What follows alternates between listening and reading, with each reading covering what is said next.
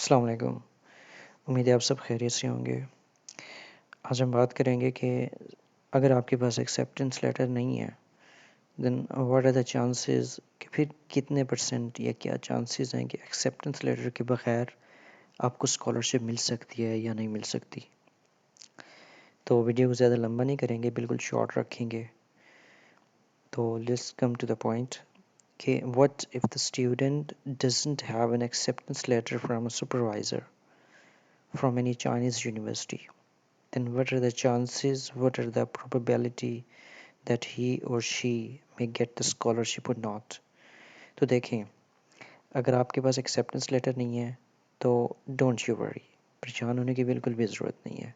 पहली बात तो आपको बता चुका हूँ कि हमारे पास स्कॉलरशिप टाइप ए है, बी है, यूनिवर्सिटी स्कॉलरशिप है, प्रेसिडेंशियल स्कॉलरशिप है। ठीक है, हमारे पास 4 टाइप की स्कॉलरशिप है मेजर ऑफ। अगर आपके पास एक्सेप्टेंस लेटर है तो उससे क्या होगा कि आपकी सीएससी के जो चांसेस हैं ना वो इंक्रीज़ हो जाते हैं। उससे क्या होता है कि आपकी स्कॉलरशिप की श्योरिटी और उसकी चांसेस प्रोबेबिलिटी इन्हेंस हो जाती है। लेकिन अगर आपके पास एक्सेप्टेंस नहीं है तो इट डज़ंट मीन कि you won't get the scholarship. देखें, अगर पास में देखें पिछले ईयर की ट्रेंड पे अगर आप थोड़ी सी नज़र डालें तो क्या हो रहा है, जो 50% स्कॉलरशिप है वो उनको मिल रही है, उनको मिली थी जिनके पास एक्सेप्टेंस लेटर नहीं था। नो डाउट ट्रेंड चेंज हो रहा है, कंपेटिटिव इरा मतलब कंपेटिवनेस थोड़ी सी इंक्रीज़ हो रही है, कंपटीशन बहुत इन्हेंस हो रहा है, जिसकी वजह से एक्सेप्टेंस लेटर की इम्पोर्टेंस इंक्रीज़ हो रही है। लेकिन अगर आपके पास एक्सेप्टेंस नहीं है तो फिर भी परेशान होने की ज़रूरत नहीं है। मास्टर वालों को तो बिल्कुल भी नहीं है, क्योंकि मास्टर में मेजॉरिटी को ना सुपरवाइज़र खुद एक्सेप्टेंस देते ही नहीं है। ठीक है, कुछ होती हैं जो टेक्निकल फील्ड होती हैं उनको एक्सेप्टेंस लेटर मिल जाता है आसानी से, लेकिन जो आर्ट्स की होती हैं या दूसरी टाइप की जो टेक्निकल ना हो उनके लिए थोड़ा सा एक्सेप्टेंस मुश्किल हो जाता है, सुपरवाइज़र प्रोफेसर उनको नहीं देते और फिर भी वो स्कॉलरशिप अवेल कर लेते हैं।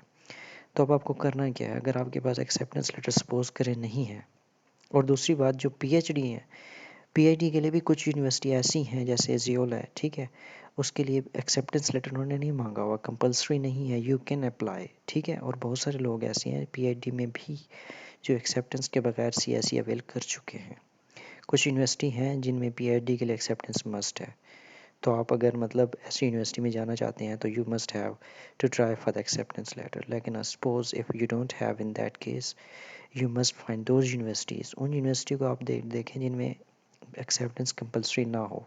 ठीक है, और उनकी ठीक से रिसर्च करके उनका पास्ट मेरिट लिस्ट निकालें, उसकी रैंकिंग देखें, बहुत सारी चीज़ें फैक्टर को सामने रख के उसके बाद आप उस यूनिवर्सिटी में अप्लाई करें अगर आपके पास एक्सेप्टेंस नहीं है तो। ठीक है, अब करना क्या है, अगर आपके पास एक्सेप्टेंस नहीं है तो फिर मतलब किस तरह से आप अपनी स्कॉलरशिप अवेल करने के चांसेस इन्हेंस कर सकते हैं, स्कॉलरशिप को इंश्योर कर सकते हैं। देखें, जब आपके पास एक्सेप्टेंस नहीं है, आपने करना क्या है, आपने अपने डॉक्यूमेंट्स पे फोकस करना है, आपने अपने रिसर्च प्रपोजल पे काम करना है, आपने अपने स्टडी प्लान पे काम करना है, उनको प्लेजरिज्म फ्री करें। ठीक है, उनको रिसर्च प्रपोजल को स्ट्रॉन्ग करें, उसको मतलब एक अच्छा खासा करके उस पर काम करें, ठीक ठाक करके एक पावरफुल रिसर्च प्रपोजल बनाएं, एक पावरफुल स्टडी प्लान बनाएं, क्योंकि इससे क्या होगा, इससे जो आपका इंटरव्यू भी होगा या जो अवार्डी होगी, इंस्टीट्यूशन होगा, सीएससी होगा, वो इन डॉक्यूमेंट के बेस पे आपको स्कॉलरशिप दे सकते हैं। पहली चीज़ तो ये हो गई। ठीक है, आपने करना क्या है, सबसे पहले आपने अपना रिसर्च प्रपोजल और स्टडी प्लान पे काम करना है, इनको आपने स्ट्रॉन्ग करना है। ठीक है, ये हो गया। उसके बाद क्या करना है, उसके बाद आपका होगा, आपने जब अप्लाई कर लिया फिर आपसे इंटरव्यू लिया जाएगा, फिर आपने इंटरव्यू में अच्छा परफॉर्म करना है, आपने अपने कॉन्फिडेंस पे काम करना है, आपने थोड़ी सी अपनी इंग्लिश पे काम करना है, इस तरह से उनको एक्सेंट देना है, इस तरह से अपना कॉन्फिडेंस शो करना है इंटरव्यू में, अपने क्वेश्चन के आंसर ठीक करने हैं, जो जो क्वेश्चन पूछ रहा है आपने उसको ठीक से सुनना है, समझना है और फिर उस तरह जवाब देना है। ठीक है, उस तरह उनको रिस्पॉन्स देना है।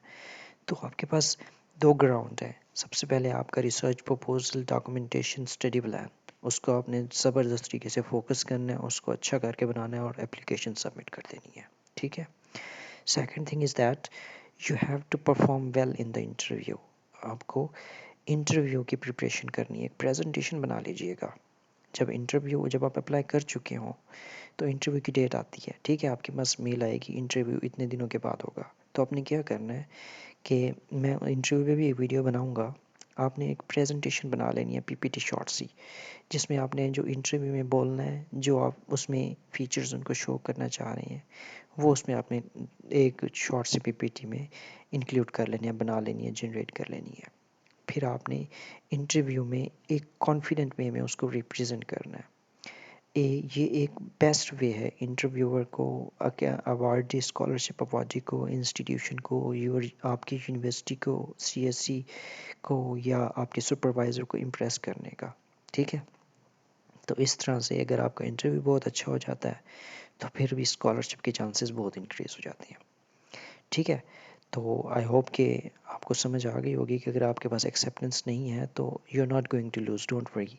आपके पास स्कॉलरशिप टाइप ए है, फिर बी है, फिर यूनिवर्सिटी स्कॉलरशिप है, फिर प्रेसिडेंशियल स्कॉलरशिप है, फिर आपकी एक अच्छा सा रिसर्च प्रपोजल है, स्टडी प्लान है, फिर आपका एक ज़बरदस्त इंटरव्यू है।